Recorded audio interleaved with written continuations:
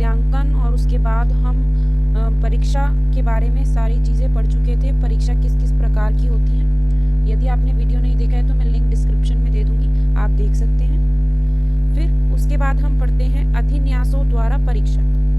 अधिन्यासों द्वारा परीक्षा मतलब टेस्ट थ्रू असाइनमेंट। अधिन्यास श्रेणी में किए गए शिक्षण का पूरक होता है। यह काम विद्यार्थियों को स्वतंत्रता पूर्वक घर पर करने के लिए दिया जाता है। जैसे हमें हॉलीडे टेस्ट वगैरह या फिर असाइनमेंट्स मिलते हैं, वर्कशीट्स मिलती हैं, उसको कहते हैं अधिन्यासों द्वारा परीक्षा यानी टेस्ट थ्रू असाइनमेंट।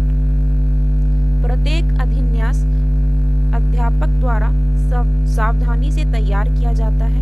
उनमें बदल बदल के क्वेश्चंस दिए जाते हैं। जो क्वेश्चन फॉर्म में है उनको फिलअप्स में किया जाता है और फिलअप्स फॉर्म में है क्वेश्चंस में किए जाते हैं, ताकि बच्चा आसानी से जो है वो अपना, अगर एग्जाम में किसी भी प्रकार का हमें क्वेश्चन आता है तो वो कर ले।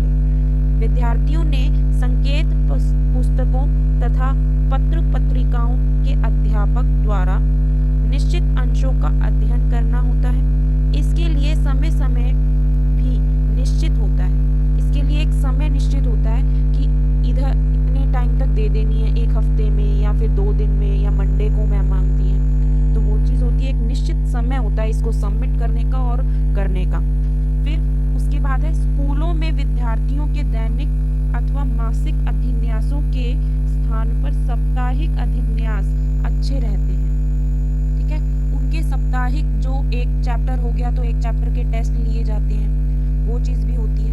सामाजिक अध्ययन में श्रेणी में पढ़े गए या फिर इकाई की दोहराई यानी रिवीजन के लिए अधिन्यास बड़े उपयोगी हैं। उनकी बार बार रिवीजन हो वो बहुत उपयोगी होती है, इम्पोर्टेंट होती है। या अधिन्यास चार्ट, चित्र, मानचित्र या उससे रिलेटेड कोई मॉडल तैयार करने को कह दिया, ग्राफ तैयार करने को कह दिया, मानचित्र, चित्र या चार्ट पेपर लाने को कह दिया, उससे भी बहुत उपयोग होता है, बच्चा अच्छे से समझ लेता है।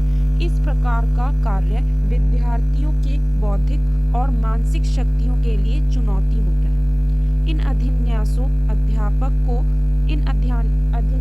का अध्यापक को नियमित रूप से मूल्यांकन करना और इसकी जांच करनी चाहिए। मूल्यांकन का नियमित अभिलेख रखा जाता है और विद्यार्थी को वर्गोन्नति यानी प्रमोशन के समय उसका पूरा ध्यान रखना चाहिए। ठीक है, तो इस चीज़ की पूरी मूल्यांकन की जो एक डायरी होती है, आजकल रजिस्टर्स मिलते हैं स्कूल में, उसमें मूल्यांकन किया जाता है प्रत्येक बच्चे का इंडिविजुअली। ठीक है, तो वो चीज़ ध्यान रखनी चाहिए। फिर है राष्ट्रीय पाठ्यक्रम ढांचा 2005 यानी एनसीएफ जिसको हम बोलते हैं। एनसीएफ द्वारा अधिगम के आंकलन के लिए सुधार का वर्णन कीजिए। परंपरागत परीक्षा प्रणाली दोषपूर्ण थी। विद्यार्थियों, शिक्षकों और अभिभावकों पर फेल होने का भूत सवार था। विद्यार्थियों को शारीरिक दंड बहुत दिया जाता था, परंतु अब नए पाठ्यक्रम 2005 में दोषपूर्ण परीक्षा प्रणाली के साथ स्थान पर निरंतर और व्यापक मूल्यांकन मतलब कंटिन्यूअस और कॉम्प्रिहेंसिव मूल्यांकन जो है इवैल्यूएशन और ग्रेडिंग प्रणाली को अपनाकर फेल होने का डर और मानसिक चिंता को समाप्त करने का प्रयास किया जा रहा है। तो ये चीज़ बच्चे आत्महत्या कर लेते थे और इन सब चीज़ों से ग्रेडिंग सिस्टम आ गया है। नए पाठ्यक्रम 2005 यानी एनसीएफ 2005 के निर्माण से मानवता के उद्देश्य संपूर्ण हो रहे हैं। राष्ट्रीय पाठ्यक्रम ढांचा 2005 के सुझाव में यह सुझाव दिया गया है कि पाठ्यक्रम मूल्यांकन की परंपरागत पद्धति को बदलकर नई मूल्यांकन विधि यानी ग्रेडिंग पद्धति को अपनाने की आवश्यकता है, जिसमें मौलिक ज्ञान के साथ साथ बाहरी ज्ञान और सहभागी प्रक्रियाओं का मूल्यांकन कर वार्षिक प्रगति चार्ट तैयार किया जाए। उसमें चार्ट तैयार किया जाता है, जैसे दैनिक उपस्थिति, अटेंडेंस, मौखिक परीक्षा, ओरल और अन्य कई रीडिंग स्किल्स वगैरह, राइटिंग स्किल्स वगैरह वार्षिक मूल्यांकन में जोड़कर ग्रेडिंग प्रणाली से परिणाम तैयार किए जाते हैं। उनको ग्रेड दिए जाते हैं A+B+ आउटस्टैंडिंग। ठीक है, और फिर विद्यालयों में पाठ्यक्रम विद्यार्थी, अध्यापक, अभिभावक और अधिकारी सभी के लिए आवश्यक है। इतना ही था। फिर उसके बाद है अनुदेशनात्मक उद्देश्य।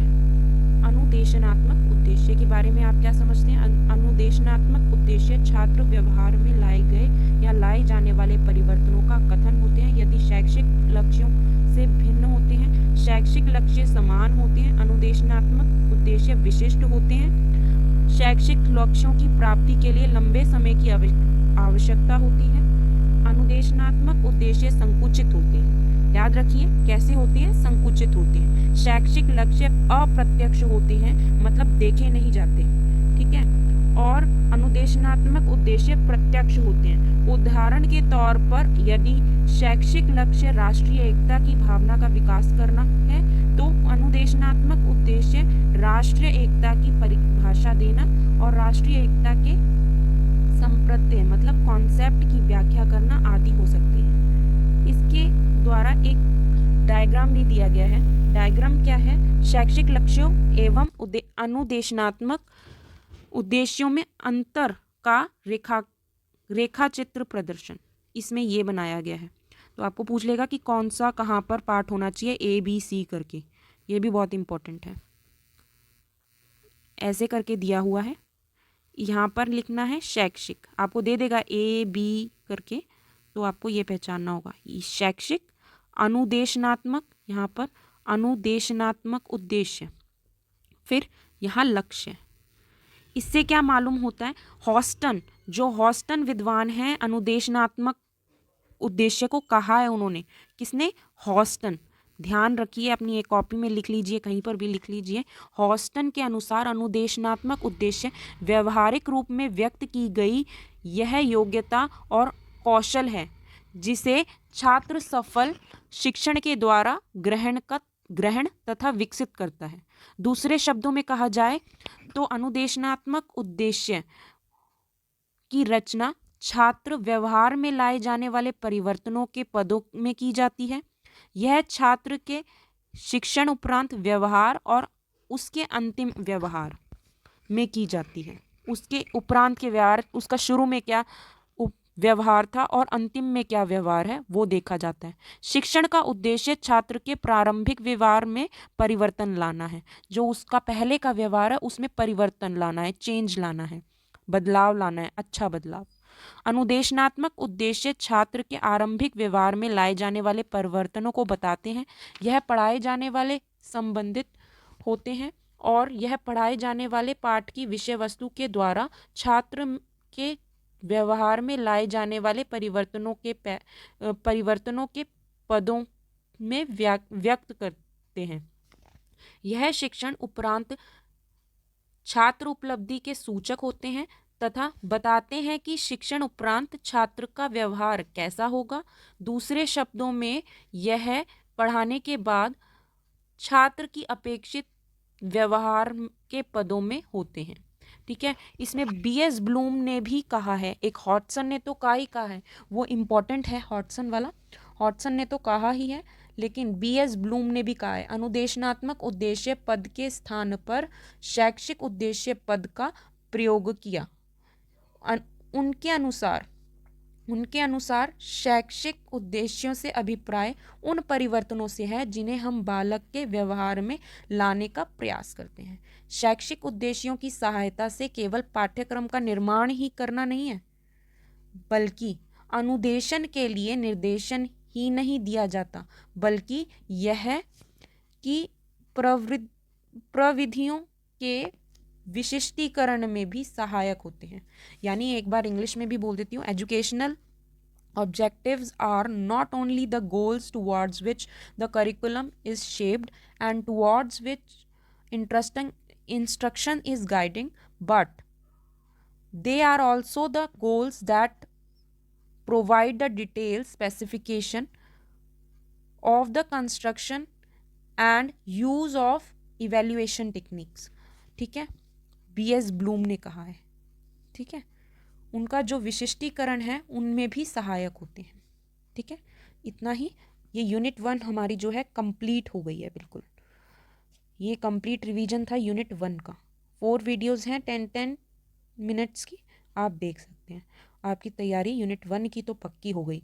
फिर उसके बाद है यूनिट 4 कराऊंगी अब मैं। आप रात को बैठ के आराम से वीडियोस देखेंगे तो आपको ये 1 या 2 घंटे में तैयार हो जाएगा पेपर और आप अच्छे से पेपर कर सकेंगे। Thanks for watching. Please do subscribe and like and share with your friends.